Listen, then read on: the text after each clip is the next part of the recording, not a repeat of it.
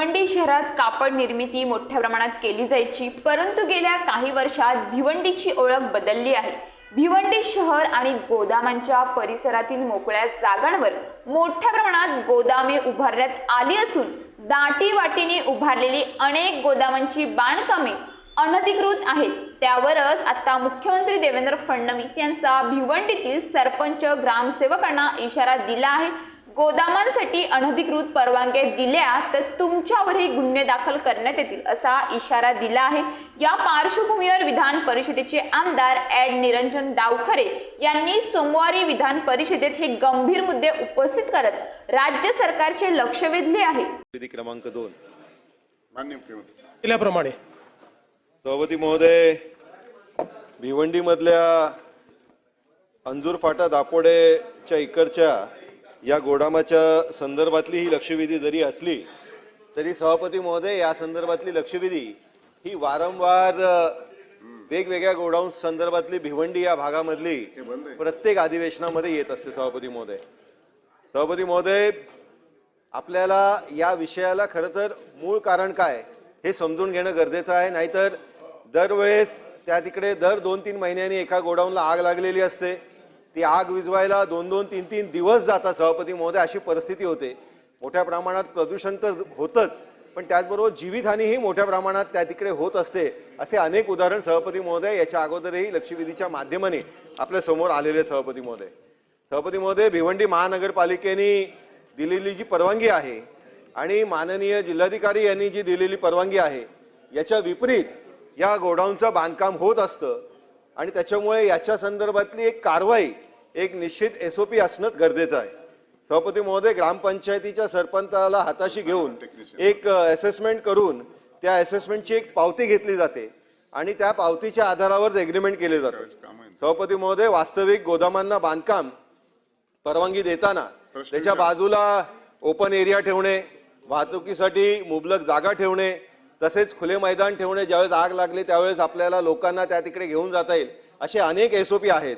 पण आपण जर आत्ता त्या तिकडे भिवंडी या पूर्ण भागामध्ये बघितलं तर अतिशय दाटीवाटीच्या वस्तीमध्ये हे गोदाम बांधलेले आहेत आणि त्याच्यामध्ये मुळात भिवंडी हे पहिले कपड्यांसाठी नावाजलेलं होतं, पण आता तिकडे फार मोठ्या प्रमाणात केमिकलचा साठा सभापती महोदय त्या तिकडे होतोय आणि त्याच्यामुळे शासनाने या संदर्भातलं नवीन गोडाऊनचं एक धोरण पण आखलं होतं।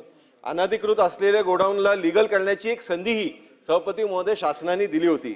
या सर्व गोडाऊन पण या जे गोडाऊन धारक आहेत यांनी या संदर्भातली शासनाने एक पाऊल पुढे घेतलेलं।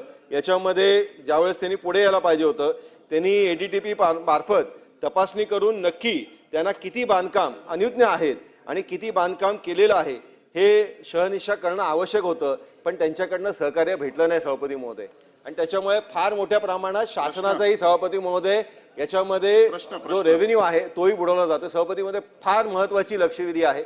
आपण याचा रेट्रोस्पेक्शन इफेक्ट जो आहे तो पूर्ण भागामध्ये किती आहे ते समजून घेणं अतिशय गरजेचं आहे। त्याच्यामुळे मला 2 मिनिटं ही पूर्ण वस्तुस्थिती मांडून द्या। सभापती महोदय, भिवंडी शहरात असे अनेक गोडाऊन आहेत की ज्यांना जिल्हाधिकारी किंवा भिवंडी महानगरपालिकेने किंवा MMRDAने अतिशय कमी बांधकामाची परवानगी दिली आहे, पण त्याच्या बेसिसवरती फार मोठ्या प्रमाणात बांधकाम सभापती महोदय केलं जात आहे आणि ते पूर्णपणे अनधिकृत आहे। सभापती महोदय, या गोडाऊनचा जो अनधिकृत बांधकाम करणाऱ्यावरती जर नियंत्रण आणायचं असेल तर त्या ठिकाणी वेगळे प्राधिकरण बनवणं गरजेचं आहे सभापती महोदय। त्याच्यामध्ये अतिक्रमण तोडण्याचं एक स्क्वॉड, त्यांना त्याचबरोबरचे अधिकार हे देणं गरजेचं आहे। सभापती महोदय, माझा पहिला प्रश्न हा आहे की या संदर्भातलं नियंत्रण करण्यासाठी एखादं प्राधिकरण आपण बनवणार का? त्याचबरोबर सभापती महोदय, भिवंडी महानगरपालिकेच्या आवाक्याच्या बाहेर हे सदरचे बांधकाम आहे सभापती महोदय आणि त्याच्यामध्ये अतिक्रमण निष्कासन करण्याचा या भिवंडी महानगरपालिकेकडे योग्य ती यंत्रणाही उपलब्ध नाही। सभापती महोदय, भिवंडी महानगरपालिकेच्या अंतर्गत जे लगतचे ग्रामपंचायत आहेत त्याच्यामध्ये सर्वेक्षण करून आपण त्यांची आता लोकवस्ती मोठ्या प्रमाणात वाढलेली आहे, तर आपण त्या ग्रामपंचायतींचं नगरपालिका किंवा महानगरपालिका तत्सम ज्या पद्धतीने लोकसंख्या आहे ते करणार का, हा माझा प्रश्न क्रमांक 2 आहे सभापती महोदय। ज्याप्रमाणे प्रत्येक MIDC मध्ये स्वतःची फायर यंत्रणा असते त्याप्रमाणे प्रत्येक 100 गोडाऊनना एक फायर यंत्रणा ही कंपल्सरी करणार का, हा सभापती महोदय तिसरा प्रश्न।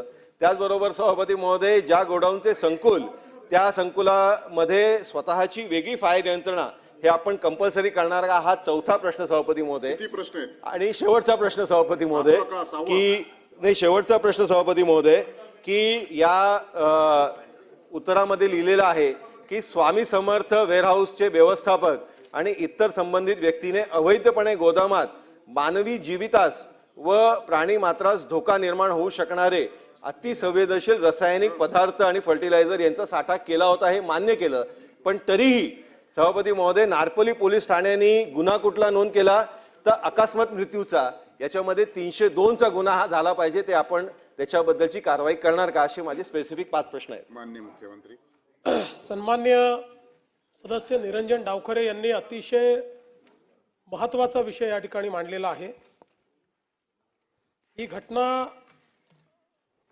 जरी होम विभागाशी संबंधित असली तरी मूळ त्यांनी केलेले प्रश्न हे सगळे नगरविकास विभागाशी संबंधित आहेत. तथापि मी त्याला उत्तर देणार आहे. खरं म्हणजे या प्रस्तुत घटनेमध्ये हे गोडाऊन देखील अवैध आहे. शॉप अँड एस्टॅब्लिशमेंटची देखील कुठलीही परवानगी घेतलेली नाही. केमिकल साठवण्याकरता जी परवानगी घ्यावी लागते ती परवानगी देखील घेतलेली नाही. त्यामुळे एक प्रकारे सर्वांचा जीवितास धोका निर्माण होईल अशा प्रकारचं कृत्य केलेलं आहे.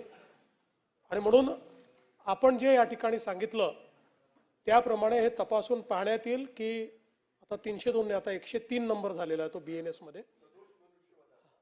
नाही, त्यांचं नवीन BNS मध्ये. तर त्याप्रमाणे अशा प्रकारचा गुन्हा जर या ठिकाणी दाखल करता येत असेल तर निश्चितपणे, कारण एक प्रकारे जाणीवपूर्वक माहिती असताना अशा प्रकारची साठवणूक केल्यामुळे ॲक्सिडेंट झाला तर लोक मरू शकतात आणि अशा प्रकारची साठवणूक बेकायदेशीर केलेली आहे. त्यामुळे निश्चितपणे तशा प्रकारे गुन्हा हा दाखल करण्याचे निर्देश देण्यात येतील. दुसरं, या संपूर्ण भागामध्ये मोठ्या प्रमाणात अशा प्रकारचं अवैध गोडाऊन्स हे तयार होणं चाललेलं आपल्याला पाहायला मिळतंय. आणि ग्रामपंचायतच्या क्षेत्रामध्ये साधी ग्रामपंचायतच्या सरपंचाकडनं आणि सचिवाकडनं एक पावती फाडतात आणि त्या ठिकाणी गोडाऊन तयार करतात. त्यामुळे या संदर्भात संपूर्ण हे जे क्षेत्र आहे, क्षेत्र MMRDAच्या अंतर्गत येतं. MMRDAला निर्देश देण्यात येतील एक विशेष टीम, आणि मी महसूल विभागालाही निर्देश देणार आहे की महसूल विभागाने त्याकरता त्यांना योग्य ते मनुष्यबळ द्यावं. एक पूर्ण टीम तयार करून या भागामधल्या अशा प्रकारच्या सगळ्या गोडाऊन्सच्या संदर्भात पडताळणी करण्यात येईल. आपण मागच्या काळामध्ये, कारण गोडाऊन्सही महत्त्वाचे आहेत, कारण आपलं सगळा सप्लाय चेन हा भिवंडीच्या गोडाऊन्सच्या आधारावर त्या ठिकाणी चालतो. म्हणूनच आपण मागच्या काळामध्ये हे गोडाऊन्स नियमित करण्याकरता एक नियमावली तयार केली आणि त्या नियमावलीत येऊन लोकांनी आपलं गोडाऊन नियमित करून घ्यावं. काही लोकांनी ते करून घेतलं, पण काही लोकांना नियमाची आणि कायद्याची कुठली भीतीच नाही. त्याच्यामुळे जे नियमावलीत बसणार नाहीत किंवा ज्यांनी अर्ज केलेला नाही असे गोडाऊन हे त्या ठिकाणी तोडून टाकण्याच्या संदर्भात, त्याचं अतिक्रमण निष्कासित करण्याच्या संदर्भात या ठिकाणी निर्देश हे देण्यात येतील. त्यासोबत आत्तापर्यंत जे घडलं ते घडलं, पण यापुढे अशा प्रकारे जर सरपंच आणि सचिवांनी लोकांचा जीव धोक्यात घालून त्या ठिकाणी नुसत्या परवानग्या दिल्या तर त्यांनाही दोषी मानण्यात येईल आणि त्यांच्यावरही कारवाई जी आहे ही करण्यात येईल. त्यांच्यावरही फौजदारी कारवाई या ठिकाणी करण्यात येईल.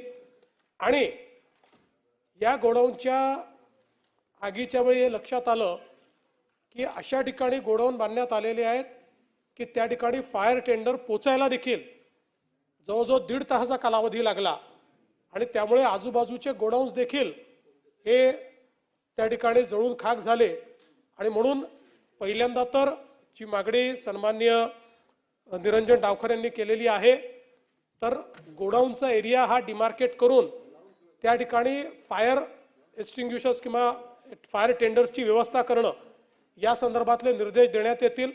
त्यानुसार त्याचं क्लस्टर तयार करून त्या ठिकाणी फायर स्टेशन्स तयार करण्याच्या संदर्भात MMRDAलाच निर्देश देण्यात येतील. कारण ग्रामपंचायती अशा प्रकारचे फायर स्टेशन्स काही मॅनेज करू शकणार नाही, त्यामुळे त्यांना त्या संदर्भातली जी काही आहे त्या संदर्भातले निर्देश देण्यात येतील आणि अशा प्रकारचं हे जे काही संपूर्ण काम चाललेलं आहे याचं मॉनिटरिंग करण्याकरता आपण MMRDA हे निर्देश देऊ की त्यांनी टेक्नॉलॉजीचं सहाय्य घेऊन जिओस्पेशियल ही जी टेक्नॉलॉजी आहे त्या टेक्नॉलॉजीचं सहाय्य घेऊन अशा प्रकारच्या बांधकामांवर नियंत्रण करावं, अशा प्रकारचे निर्देश देण्यात येतील.